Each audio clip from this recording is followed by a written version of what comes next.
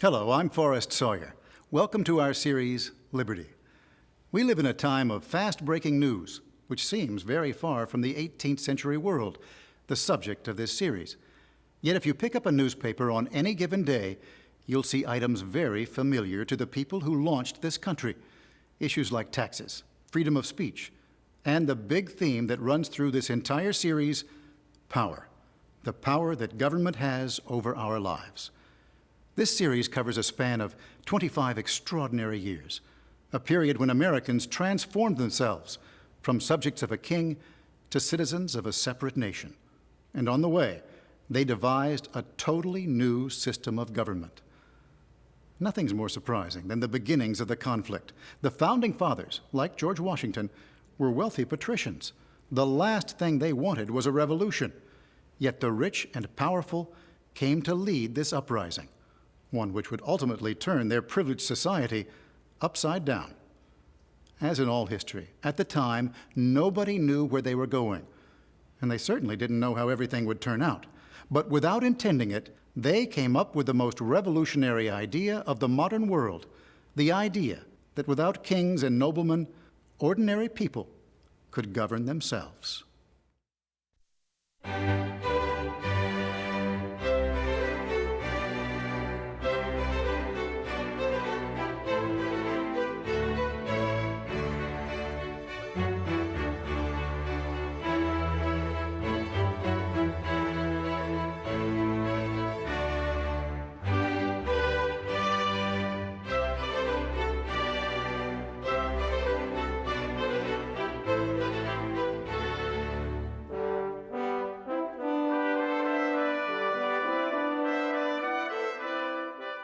In the 1760s, a young American doctor, Benjamin Rush, is touring England. He is a future signer of the Declaration of Independence, but on this sunny October day, as he is led into the throne room of King George III, his king, the independence of America could not be further from his mind. I gazed for some time at the throne with emotions that I cannot describe. I asked my guide if it is common for strangers to sit on it. He tells me no, but upon my importuning him a good deal, I convince him to allow me the liberty. Accordingly, I advance towards the throne. I sit down on it. I am seized with a kind of awe. I feel as if I'm on top of a mountain.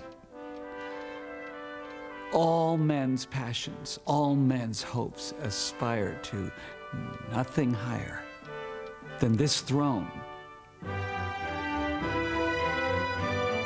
Benjamin Rush, indeed all American colonists, consider themselves blessed to be part of the largest, most powerful empire in the world.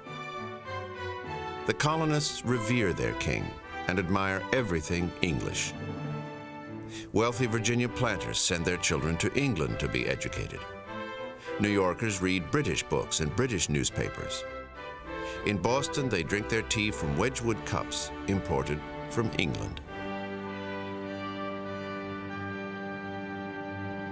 Britain has just defeated its traditional enemy, France, in a conflict that has spanned the globe.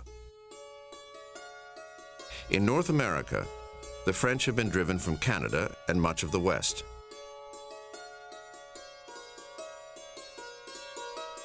The colonists see this as a victory for their way of life. With British culture, civilization, and the protection of British military might, the colonial provinces of America look to a rosy future.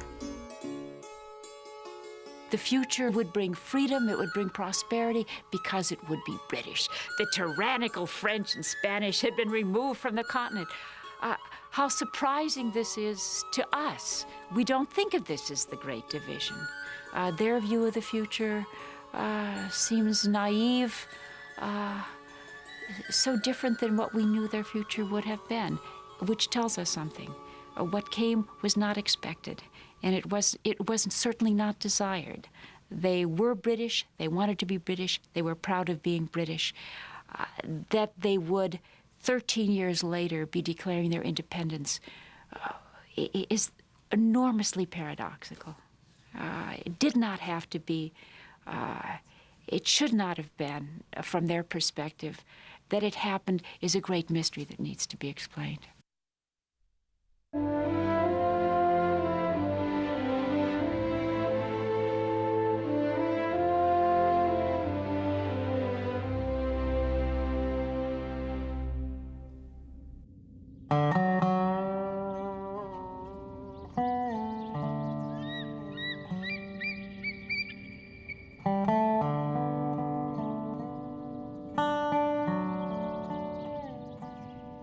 In the 1760s, the 13 American colonies are an outpost of the British Empire.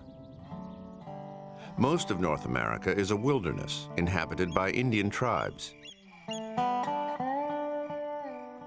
A few dirt paths link the colonies. It takes 2 weeks to get a letter from Boston to New York, and most colonists have never traveled more than 30 miles from the place where they were born. You wouldn't recognize America geographically or politically. It was a society strung out along the Atlantic seaboard. It was a totally rural society. There were only a handful of cities with as many as 10,000 people in them, New York being one, Boston, Philadelphia, and Charleston. Now, with the end of the Long War, vast new tracts of land open for exploitation. The American colonies have, more than ever, become the land of opportunity.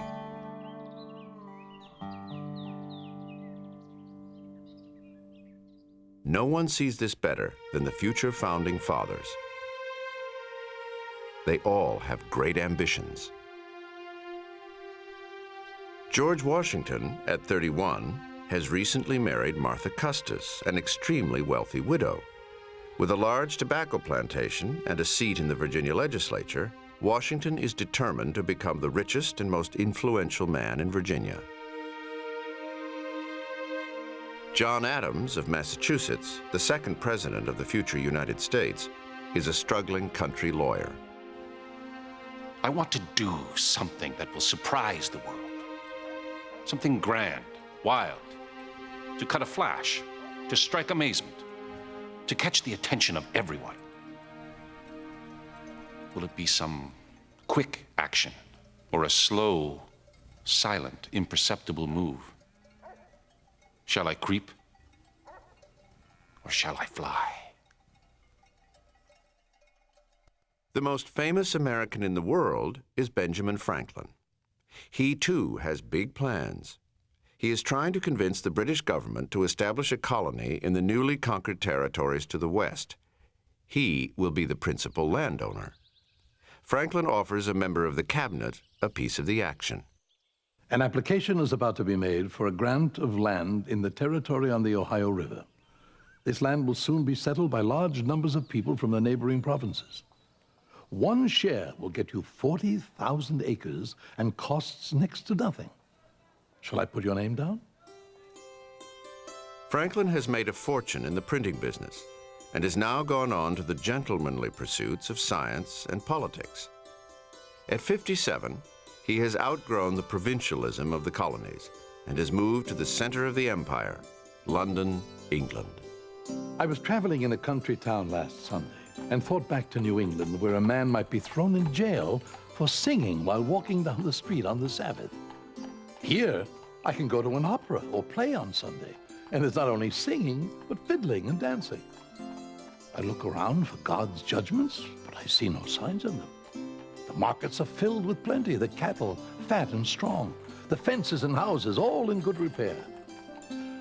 I am beginning to suspect that the deity is not nearly as angry at the offense of breaking the Sabbath as your average New England magistrate. Franklin is Pennsylvania's unofficial ambassador to England. He is looking for some high office in the British government. He had innumerable friends in England, in the intellectual world. His problem, of course, was that he was outside the inner circle of power within the country. He didn't mix on social terms with the people who exercised real power. In Great Britain, real power is solidly in the hands of the aristocracy, men who owe their position not to merit and ability, but to family, their lineage. Franklin comes from very humble birth, the 10th son of a candle maker. He may have discovered the cause of lightning, he may be the darling of the Enlightenment, but to the nobility he is, and always will remain, a commoner. He's an almanac maker, a chimney doctor, a printer's devil, an atheist, and the father of several bastards. Like Franklin, all the future founding fathers are seen as insignificant provincials. The George Washingtons and John Hancocks may be the most powerful men in the colonies.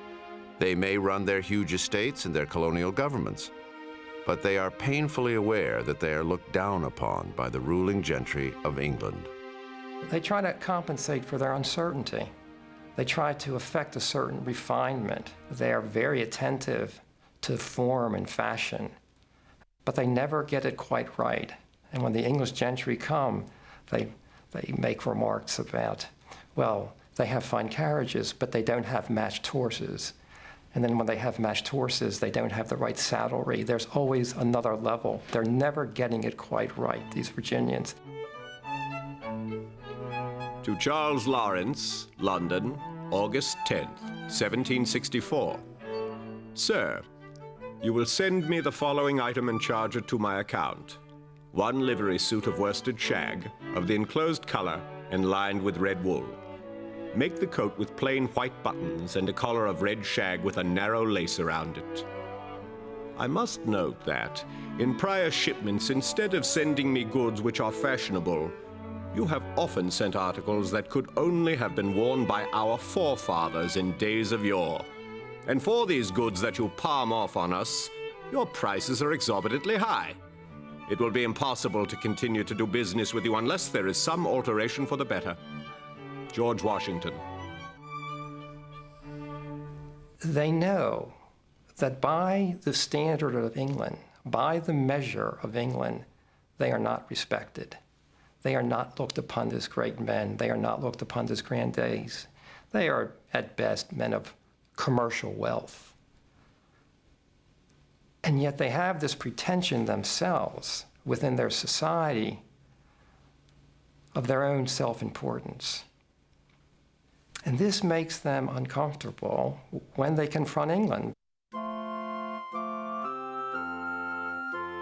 A sense of inferiority extends to all aspects of colonial life. American artists feel they must go to London to learn from the masters. They still try to copy the haughty pose of a Gainsborough portrait.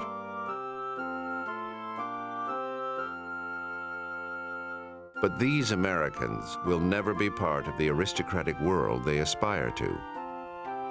They will create a new world, and sooner than anyone back then would ever have predicted.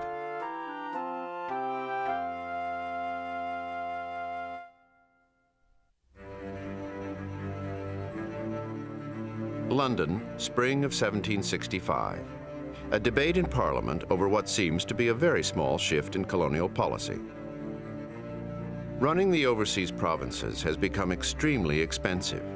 Parliament announces that for the first time, the Americans will pay a small tax, not to their local legislatures, but directly to England. I think that's the first thing that one has to say, looking back on it, seeing now, as we must do, that this was the opening of something which was going to be very big and very important, is that nobody realised that at the time. The British government had a variety of bits of legislation in hand, dealing with a variety of problems, as governments do. This was one of them, a moderately prominent piece of legislative programme of 1765, tidying up various details of the administration of colonies, but it wasn't really a subject of vast interest. It was rather technical. It was extremely remote. If you had stopped the average man in the street and said, "What do you think about the Stamp Act, my man?" He would have said, "What?" It is called the Stamp Act because taxed items will have to carry a stamp, paid for by the user. Test pressings are made, and the new tax is set to go into effect in the fall. It takes 6 weeks by sailing ship for news of the tax to cross the ocean. When it arrives, the news creates a firestorm up and down the continent. For the colonial elite, the men who run the local legislatures, the Stamp Act is an outrage. It seems to confirm their worst suspicions, that they are not respected in England, not worth even being consulted about this change in policy. George Washington is a delegate sitting in the Virginia legislature. The Stamp Act, imposed on the colonies by the Parliament of Great Britain, is an ill-judged measure. Parliament has no right to put its hands into our pockets without our consent. Even royal appointees like the highly regarded Thomas Hutchinson, Chief Justice of Massachusetts, are upset. You must not deprive the colonies of their right to make laws for themselves. Parliament should only make laws necessary for the empire as a whole. The larger meaning of their life was wrapped up in being Britons. They were proud not to be Dutch, not to be French, not to be Spanish colonists, but to be British colonists, and to have, for 150 years, taxed themselves, governed themselves, behaved just like independent Englishmen did, although they were living in America. Now suddenly the Stamp Act implied that they were going to be governed, taxed by a parliament a long way away in which they had no representatives. Now, the only people who were taxed without their consent in Britain were servants, people who didn't have any property, women, children. And so the Stamp Act seemed to Americans to reduce Americans to the same status as servants and women and all those dependent people who were civilly emasculated. That is, they didn't have any public role in their own governance. George Washington and other colonial leaders clearly see what will become of them unless they take action. A line should be drawn between Great Britain and the colonies, clearly establishing our rights. We must either assert our rights or submit and become tame and abject slaves, like the Negroes over whom we rule with such arbitrary sway.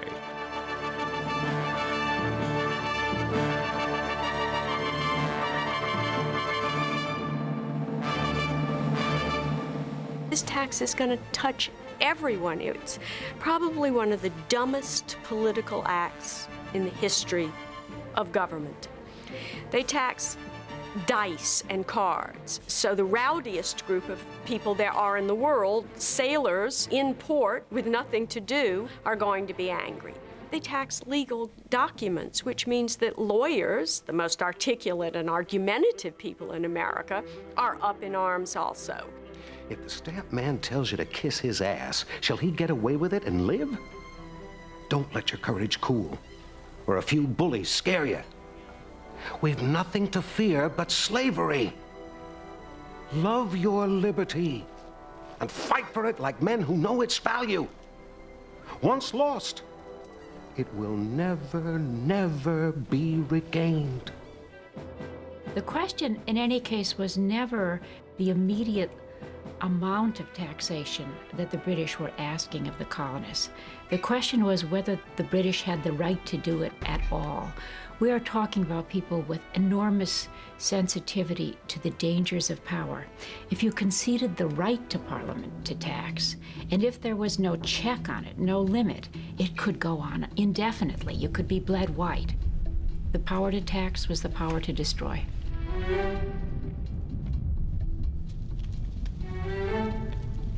The colonial legislators send official petitions to the British Parliament, petitions that are completely ignored.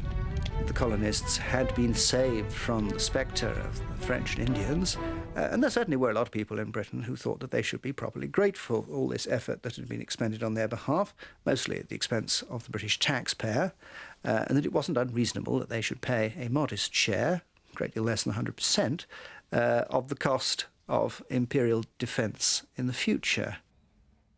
The Stamp Act was a bad idea, but what could you do? That was the problem.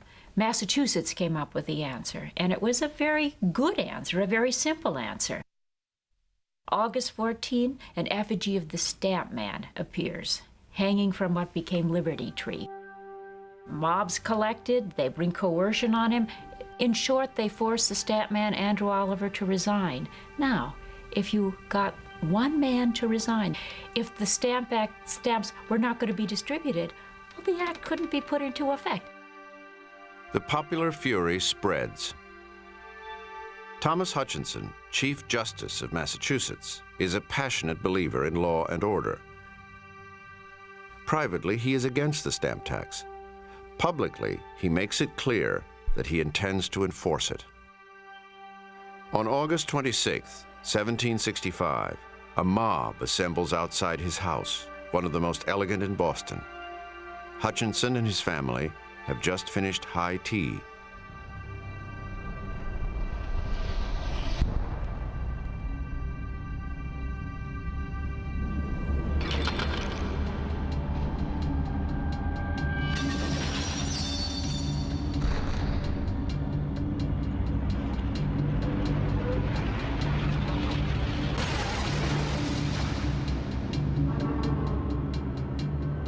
Hutchinson escapes with his life and little else.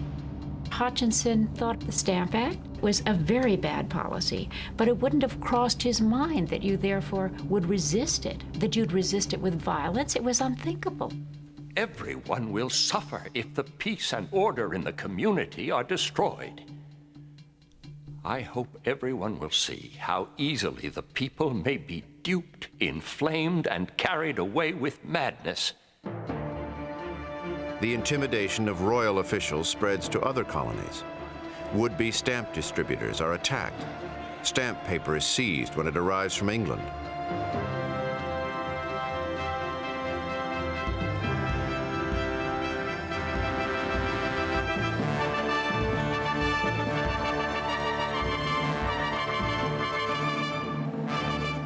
Colonial leaders propose a joint boycott of British goods. A Philadelphia lawyer, John Dickinson, supports this idea. The taxes and duties imposed on us by Parliament must be instantly opposed. The only effective opposition is through the concerted efforts of all the provinces. By uniting, we stand. By dividing, we fall. In faraway London, Benjamin Franklin is surprised by the fervor of colonial reaction to the tax. Moreover, the crisis is interfering with important business he has before the government. He lobbies for the repeal of the Stamp Act. He reminds the parliamentary committee that the colonies are England's biggest market. Our buying your manufactured goods depends very much on our affection for you. Pride will induce Americans like me to wear our old clothes. And when we buy new clothes, they will be made by us. Franklin has powerful allies in Parliament, among them Edmund Burke.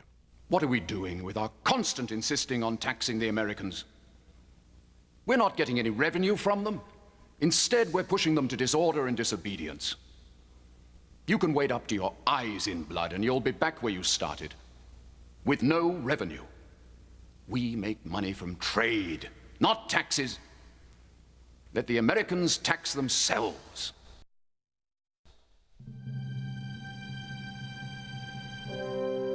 The pressure brings results. In February 1766, Parliament repeals the stamp tax. Throughout the 13 colonies, there is a sigh of relief. Americans look around the world and think how lucky they are to be the subjects of King George III. In a time when the French king regards himself as the direct representative of God on earth, when the Spanish king can tax his subjects without limit, and Catherine the Great of Russia deals with political opponents by cutting off their heads and displaying them at the end of a stake, the British king stands alone. The pride, the glory of Britain, the direct end of its constitution, is political liberty.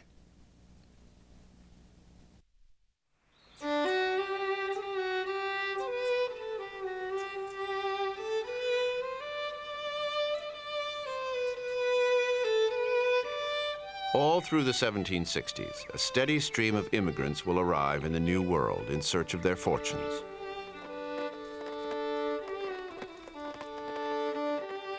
One such visitor is the son of an English sheep farmer, Nicholas Cresswell. He keeps a detailed diary recording his impressions of his travels. Americans in general are good-natured and agreeable, but confoundedly lazy. Although they come from different countries, it is remarkable they speak English better than the English do. Except, of course, for the New Englanders, who have a sort of whining cadence that I find hard to describe. They're tall and graceful, particularly the women, who are remarkably well-shaped. But they all have very bad teeth, decayed by the time they're 25. It is perhaps the hot bread they bake at every meal. The growth in population of this country is amazing.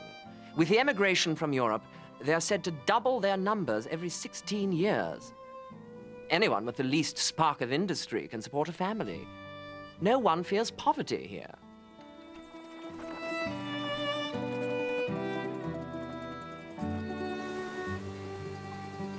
The American colonies, with their vast tracts of land, are extremely valuable to England. Their forests supply the tall, straight pine trees that become the masts for Britain's sailing ships. The farms and plantations export food and tobacco to England. Americans import virtually all finished goods from England. It is an arrangement that benefits everyone.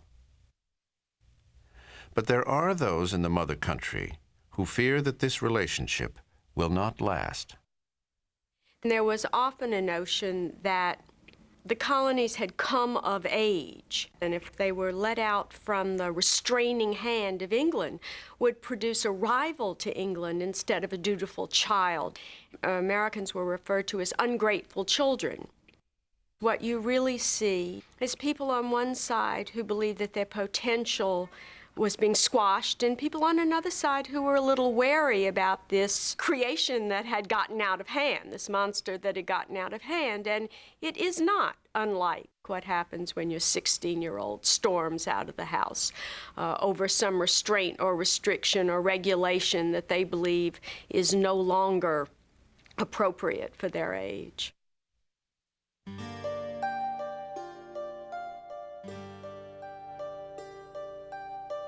The protests over the Stamp Act ended in victory for the colonists. Many members of Parliament feel that this is a dangerous precedent, one that will encourage further disobedience. These presumptuous colonials will have to be brought under control. On the same day that the Stamp Act was repealed, they had passed a new piece of legislation, the Declaratory Act, asserting the absolute right of the British Parliament to make laws for the American colonies in all cases whatsoever. A year later, Parliament puts teeth in the act with a new set of taxes on the colonies, this time in the form of stiff duties on manufactured goods from England. Everything from paint to window panes to tea. Benjamin Franklin fears there is going to be another firestorm of colonial protest and sends this poem to American newspapers urging moderation. We have an old mother who peevish is grown. She snubs us like children that scarce walk alone. She forgets that we're grown with sense of our own. If we don't obey orders, whatever the case, she frowns and she chides and loses all patience, and sometimes she hits us a slap in the face. Her orders are so, we often suspect, that age has impaired her of sound intellect. But still, an old mother should have due respect.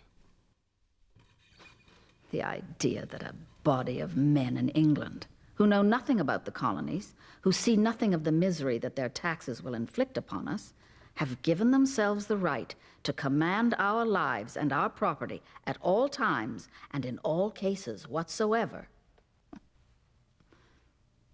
This is the logic of robbers and highwaymen.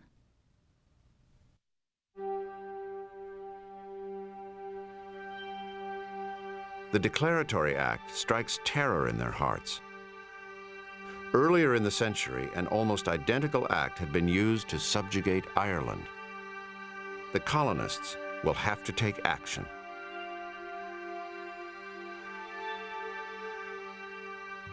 They know they have the power to hit England where it hurts. They will boycott British goods. George Washington. Block English goods. Starve their trade and manufacturing. Yes, the more I think about this plan, the more ardently I wish its success. Gentlemen in their several counties should explain matters to the people and urge them to adhere to the non-importation agreement. For the boycott to be effective, the entire population will have to be mobilized. But up to now, the leaders have not involved the common people in the workings of government. Indeed, they think that ordinary people have no capacity for political thought. Gentlemen lead. Commoners know their place. One of the hardest things, I think, for us to recapture of this distant, different world is the distinction between commoners and gentlemen, a kind of distinction that we find hard to understand because for us, almost all adult males are gentlemen. We put it on our restroom doors, the term, but these gentlemen saw themselves as separate from the rest of the populace. 18th century men, women, and children of every race, class, and region actually believed that hierarchy was the norm in nature and in society. Some people were better than other people. Some people were placed in circumstances that were better. Poor people were thought of as the poor. If you were wealthy, you were superior. That was how the world operated. This world is beginning to change as common people take an active role in the protest movement. For many of the colonial elite, it seems to threaten the very stability of society. There are these town meetings, which people of wealth and character do not even attend because they are sure to be outvoted by men of the lowest order. So it is government by the mob. This has given the inferior people such a sense of their own importance that a gentleman does not get from them even common civility anymore.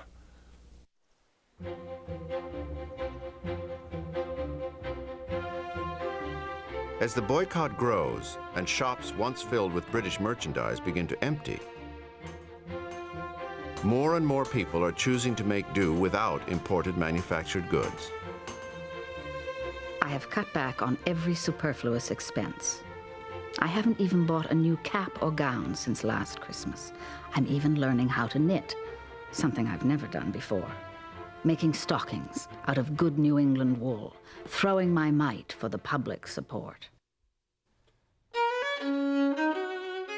The very idea that their American cousins are involving commoners, and now even women, in politics, is a subject for hilarity by London cartoonists.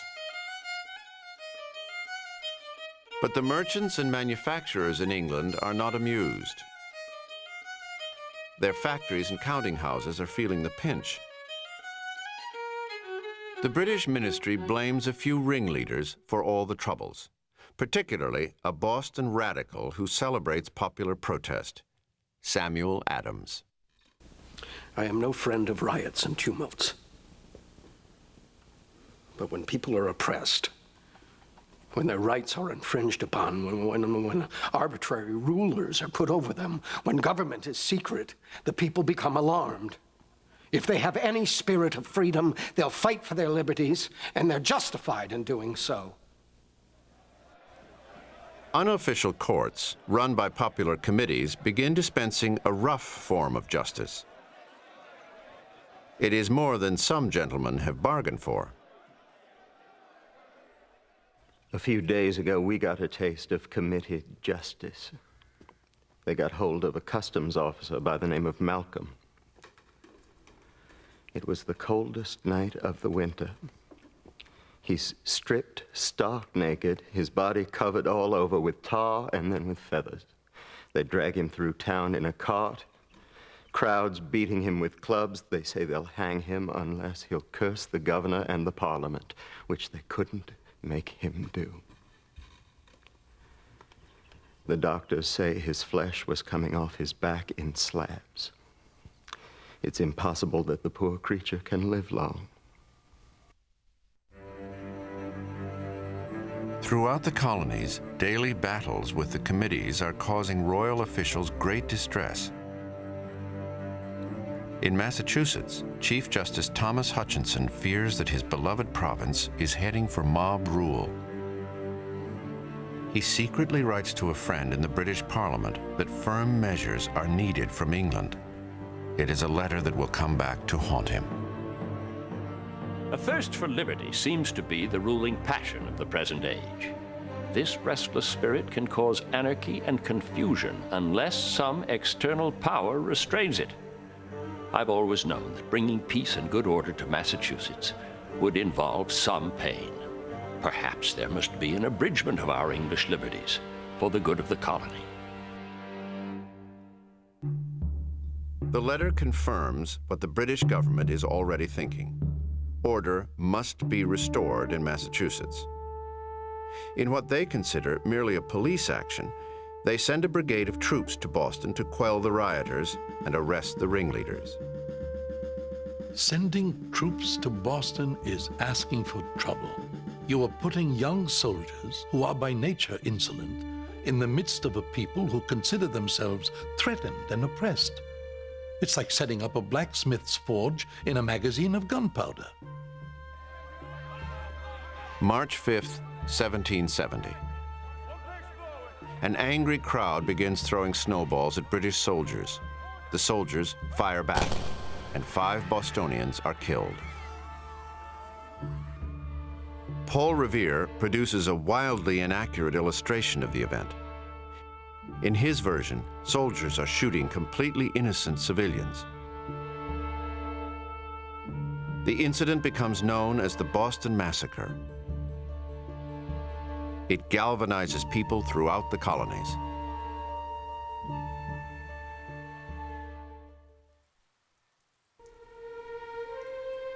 In England, Benjamin Franklin's love affair with the mother country is beginning to turn sour. He was drawn to its sophistication and culture, but is starting to see the ugly realities of its social order. I recently took a tour of Ireland and Scotland. In those countries, there are a small number of noblemen and gentlemen living in the highest opulence, while the bulk of the people, their tenants, live in the most sordid wretchedness. While traveling, I often thought of the happiness of New England, where every man owns some land, has a vote, and lives in a tidy, warm house with plenty of food and fuel, and has sturdy clothes from head to foot. Long may we continue in this condition. The more he lived in England, the more intimate he became with Parliament and with the whole system. He saw very stupid people put in power. He saw arrogance. He saw discrepancy between the rich and the poor. He saw all kinds of wrong things about England that he hadn't noticed at the beginning.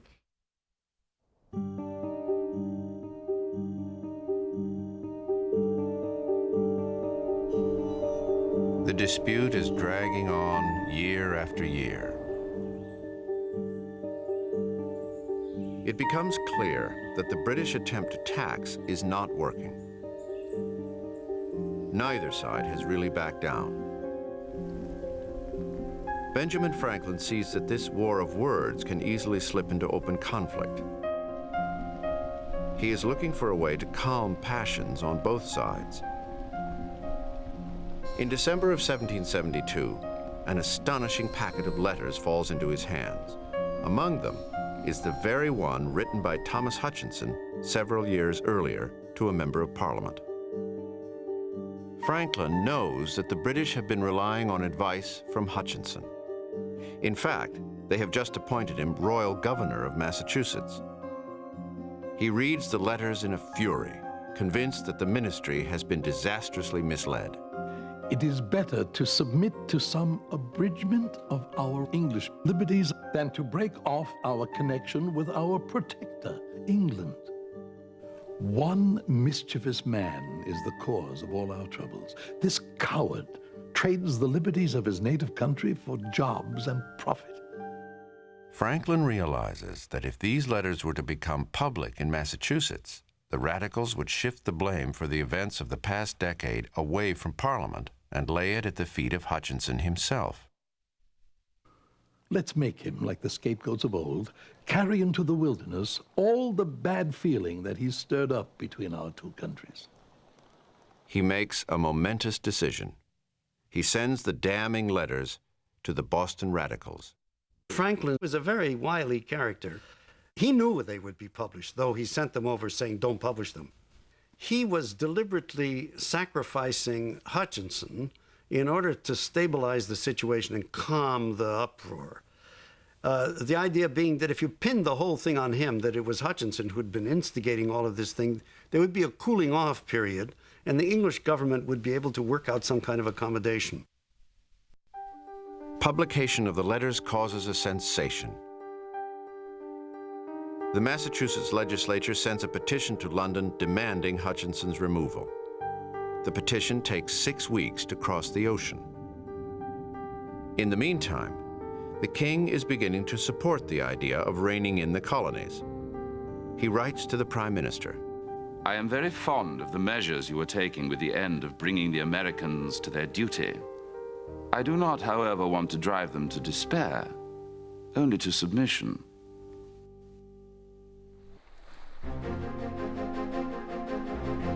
In the fall of 1773, the British government hits on what it thinks will be a way of taxing the colonies that they will actually welcome. The East India Company has a surplus of tea. Parliament decides to ship 500,000 pounds of this tea to America at an extremely low price, with a nominal tax of 3 pennies a pound. The colonists, they reason, could not possibly object to paying less for their tea. In every colony where the tea is landed, there are loud protests. It is either sent back or stored unsold in warehouses. In Massachusetts, where Thomas Hutchinson is governor, the story will be different. Hutchinson was the key figure in the major events of 1773, which really precipitated the American Revolution. And I think it's fair, it's not an exaggeration to say that if he had acted differently, I'd have a different passport. November 28, 1773. The first ship loaded with East India tea arrives in Boston Harbor. By law, the tea tax must be paid within 3 weeks. The decision over what to do next is squarely in the hands of Governor Thomas Hutchinson. I lie awake whole nights in fear that I shall be called to account in England for my neglect of duty to the king. Hutchinson could have written to England and said, I know the law, I know my duty, but I cannot enforce the law. It's physically impossible. But he didn't.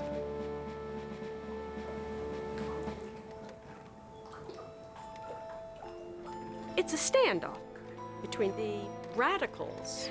We dare you to have this tea unloaded. We're strong enough, we're powerful enough now, we're organized enough to make a power play against you.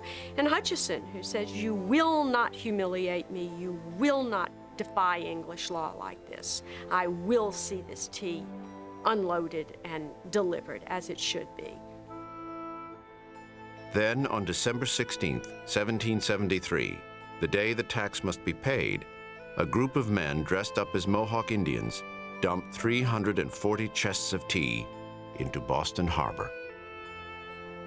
The Tea Party was a very limited act of violence, in fact. They do nothing but dump tea. A padlock is broken, it's replaced. We think of this as a lot of yahooing and yelping and noise.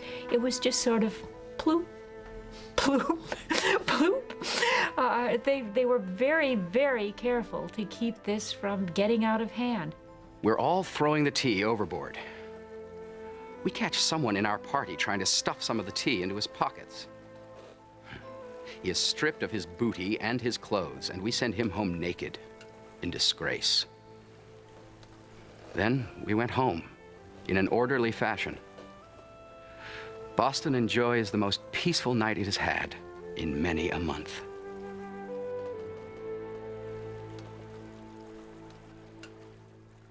There was a lot of anger in London about the dumping of the tea.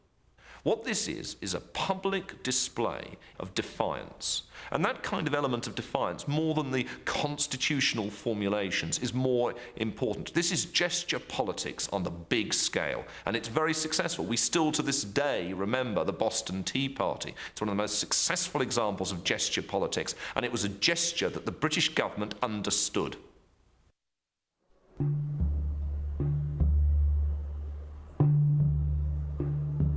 January 29th, 1774. The King's Privy Council, a hearing to consider the Massachusetts petition for the removal of Thomas Hutchinson as governor. The room is packed with London society, and all eyes are on Benjamin Franklin, the center of a storm of controversy. He has admitted that it was he who had leaked Hutchinson's letters to the Boston Radicals. This is going to be a great show. The acid-tongued Solicitor General Alexander Wedderburn is representing Thomas Hutchinson. He focuses the full fury of British frustration on the colonial representative standing mutely in a full-dress suit of Manchester velvet. It is not to be Hutchinson who will be the scapegoat, but Benjamin Franklin himself. When a governor presumes to write to a friend that he thinks it somewhat more than the moderate exertion of English liberty to destroy shops, attack her officers, plunder her goods, to pull down their houses, it is Mr. Hutchinson who should be removed because he is interrupting the harmony between Great Britain and her colonies? Franklin stood conspicuously erect. The muscles of his face had previously been composed to afford a placid, tranquil expression. He didn't change his expression in the slightest during the entire speech. It was as if his face was made of wood. In truth, we have standing before us the real incendiary, the man behind those committees who are inflaming the whole province against His Majesty's government. They have well learned the lessons taught in Dr. Franklin's School of Politics. This wily American, this man without honor, this thief, this man of letters. The attack got very personal, referring to Franklin as someone other than a gentleman. And who else would open other people's mail, steal other people's letters, and so on. And Franklin is said to have walked out of the cockpit and turned to Wedderburn and said, "I'll make your king a little man for this." They have begun killing the messengers. What I feel for myself is lost in what I feel for my country. It seems that I am too much an American. It took Franklin a very long time to become a revolutionary. It was a very slow evolution, step by step and slowly. He was profoundly attached to England. You could call it a love affair, what he had with England. But this love, which had been so deep, was now turning to implacable hatred. It was the reaction of a rejected suitor. Franklin, in disgrace, is threatened with further prosecution for the theft of the letters. He realizes that he must leave England. His friend and fellow scientist, Joseph Priestley, is with him at the end. We spent his last day in London alone together. Much of the time we looked through the American newspapers. As he read the speeches by the inhabitants of Boston, the tears trickled down his cheek. Now, in Parliament, the hardliners take charge.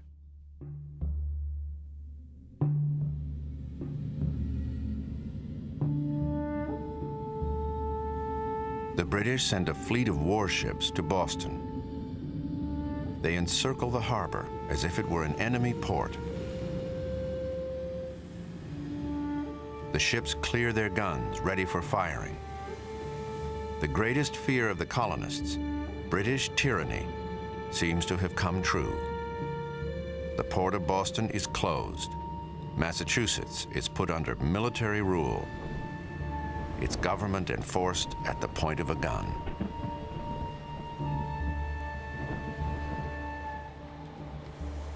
I woke last night shaking from a frightful dream. We have come to the edge of the ocean, and there is no advancing or retreating. My own sons may sink in the torrent. I pray that there be some decent, honorable way to put an end to this conflict. To be once again reconciled with old friends. Our cause is righteous, and I have no doubt of final success. But I see our generation, and perhaps our whole land, drowned in blood.